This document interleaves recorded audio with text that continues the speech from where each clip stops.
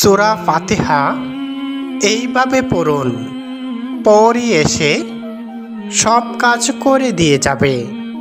অনেকেই আছেন খুব সমস্যার মধ্যে আছেন, টাকা পয়সা ধন সম্পদের অভাব।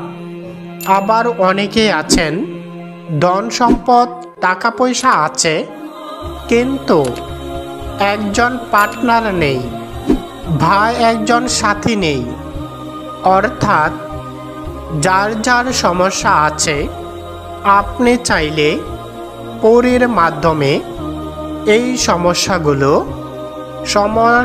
সমাধান করাতে পারবেন। কেননা মহান আল্লাহ তাআলা পবিত্র কোরআনে সূরা জিন নামে একটি সূরা নাজিল করেছেন। এই সূরাতে জিনপুরীর সম্পর্কে বিস্তারিত বিবরণ দিয়েছেন। পরীরা অদৃশ্য, পরীরা আগুনের তৈরি। আমরা পরীদেরকে দেখতে পারি না, তারা আমাদেরকে দেখতে পারে এবং তারা খুব দ্রুত সমস্ত কাজ করে দিতে পারে ফেরেশতাদের মতো। তাই আপনি যদি পরীকে দিয়ে সমস্ত কাজ করাতে চান, তাহলে আজকের ভিডিওটি খুবই উপকারে আসবে। তাহলে চলুন ভূমিকা না করে সরাসরি মূল ভিডিওতে চলে যাই। ভিডিওর শুরুতে বিসমিল্লাহ বলিয়া আল্লাহর নাম মুখে লইয়া আমি এই ভিডিওটি শুরু করলাম।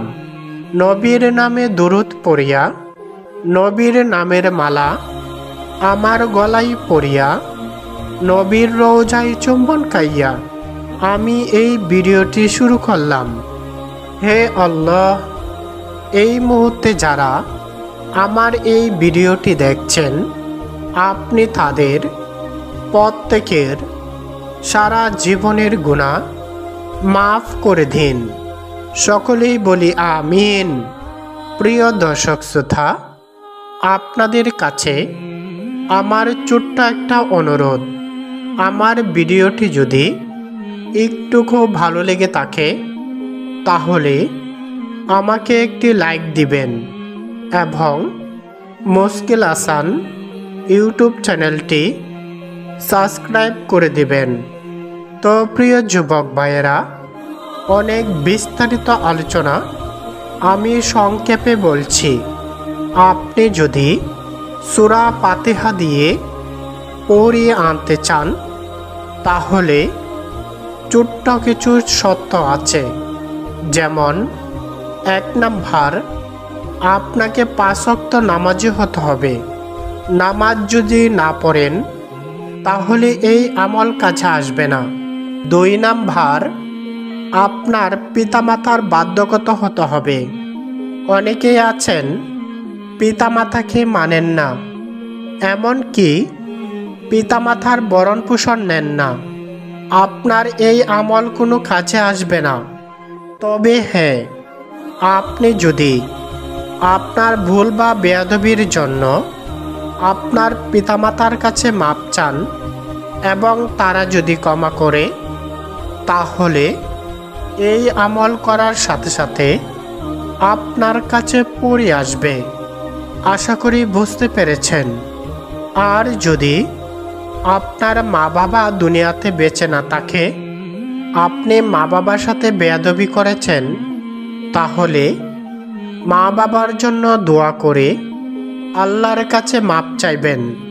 হে আল্লাহ, বুঝে না বুঝে আমি আমার পিতামাতার সাথে অন্যায় বেয়াদবি করেছিলাম। আজকে আমার মা বাবা বেঁচে নেই, আমি এখন কার কাছে গিয়ে ক্ষমা চাইব? হে রব্বুল আলামিন, চোখের পানি ফেলে দিয়ে আল্লাহর কাছে মাপ চাইবেন। আল্লাহ, তুমি যদি মাফ না করো, তাহলে আমি ধ্বংস হয়ে যাব। মৃত্যুর পরও আমি শান্তি পাব না। তুমি আমাকে মাফ করে দাও। এবং পিতামাতার নামে এতিম মিসকিন খাওয়াবেন, সাধ্যমতো দান সদকা করবেন। যদি এর ওসিল্লায় আল্লাহ তাআলা আপনাকে মাফ করে দেন। না হলে মৃত্যুর সময় আপনাকে যে আযাব দেওয়া হবে, আপনাকে এই দুনিয়ার মধ্যে সবচেয়ে বেশি কষ্ট দেওয়া হবে এবং আপনার রূহ বের হইতে চাইবে না। আজরাইল টেনে হেঁচড়ে বের করবে এবং জাহান্নামের ফেরেশতা আপনার রূহ আল্লাহর কাছে নিয়ে যাবে। আর তখন ফেরেশতারা আপনাকে নাল্লত দিবে, এই পাপিষ্ঠ বান্দা, আল্লাহর নাফরমানি বান্দা, পিতা মাতার সাথে বেয়াদবকারী বান্দা, ধ্বংস হ। আর তখন আপনাকে কবর দেওয়ার সাথে সাথে জাহান্নামের আগুন আপনার কবরে দেওয়া হবে। তাই যুবক ভাইয়েরা, এখনই মাপ চেয়ে নিন, মৃত্যুর পরে আর সময় থাকবে না। ও প্রিয় যুবক ভাইয়েরা, 3 নাম্বার, বেশি বেশি নবীর দুরূদ পড়তে হবে। কেননা নবীর দুরূদ পাঠ না করলে আপনার কোনো ইবাদত কবুল হয় না। আপনি যতই ইবাদত করেন, যখন আপনি দুরূদ শরীফ পাঠ করবেন তখনই আল্লাহর কাছে কবুল হবে। আর যতক্ষণ পর্যন্ত দুরূদ শরীফ পাঠ করবেন না, ততক্ষণ পর্যন্ত কবুল হবে না। তাই বেশি বেশি দুরূদ শরীফ পাঠ করবেন। অনেকেই আছেন কোন দুরূদ পাঠ করবেন তা জানেন না। আপনি দুরূদে ইব্রাহিম পাঠ করবেন, না পারলে সবচেয়ে ছোট দুরূদ সাল্লাল্লাহু আলাইহি ওয়াসাল্লাম পাঠ করবেন। তো চলুন এখন আমরা জেনে নেই আমলের নিয়ম। আপনি যদি পরিসাধনা করতে চান, তাহলে আপনাকে একটি নিরিবিলি জায়গা বেছে নিতে হবে, যেখান থেকে আপনাকে দেখা যাবে না এবং আপনিও কাউকে দেখতে পারবেন না। এরকম নিরিবিলি জায়গায় আগরবাতি জ্বালিয়ে ক্যাবলামুখী হয়ে সাধনায় বসতে হবে। বসে 2 রাকাত নফল নামাজ পড়বেন। তারপর 3 বার আস্তাগফিরুল্লাহ পাঠ করবেন এবং 11 বার দুরূদে ইব্রাহিম পাঠ করবেন এবং 100 বার সূরা ফাতিহা পাঠ করবেন। তারপর আবার 3 বার দুরূদে ইব্রাহিম পাঠ করবেন।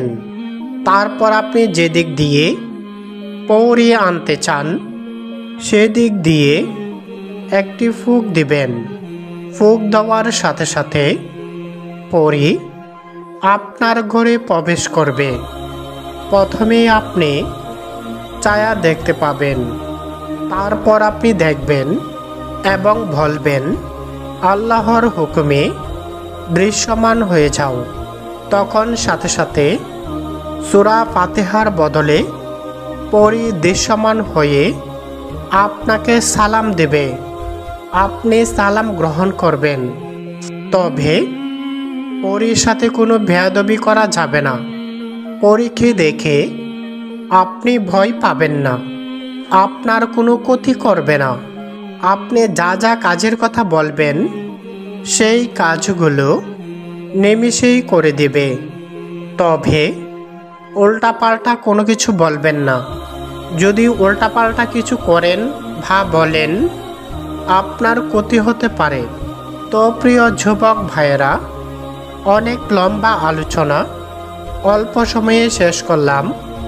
তবে হ্যাঁ, সূরা ফাতিহা শুদ্ধভাবে পড়তে হবে।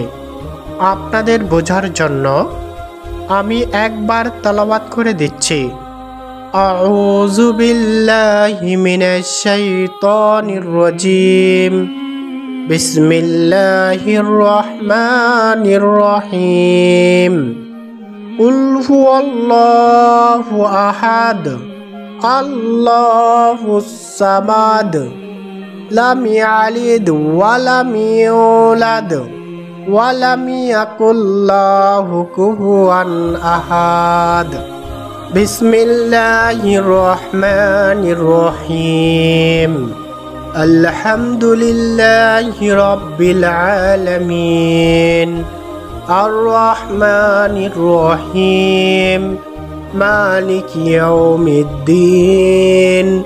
ইয়্যাকা না'বুদু ওয়া ইয়্যাকা নাস্তাঈন। ইহদিনাস সিরাতাল মুস্তাকিম। সিরাতাল লাযীনা আন'আমতা আলাইহিম গায়রিল মাগদুবি আলাইহিম ওয়ালাদ-দাল্লিন। এইভাবে সূরা ফাতিহা তেলাওয়াত করবেন। তো অনেক লম্বা আলোচনা, বাকি আলোচনা আমি পরের ভিডিওতে করব। সেই পর্যন্ত আপনারা আমার সাথেই থাকুন। সকলকেই ধন্যবাদ। আসসালামু আলাইকুম রহমতুল্লাহি ওয়া বারাকাতুহু।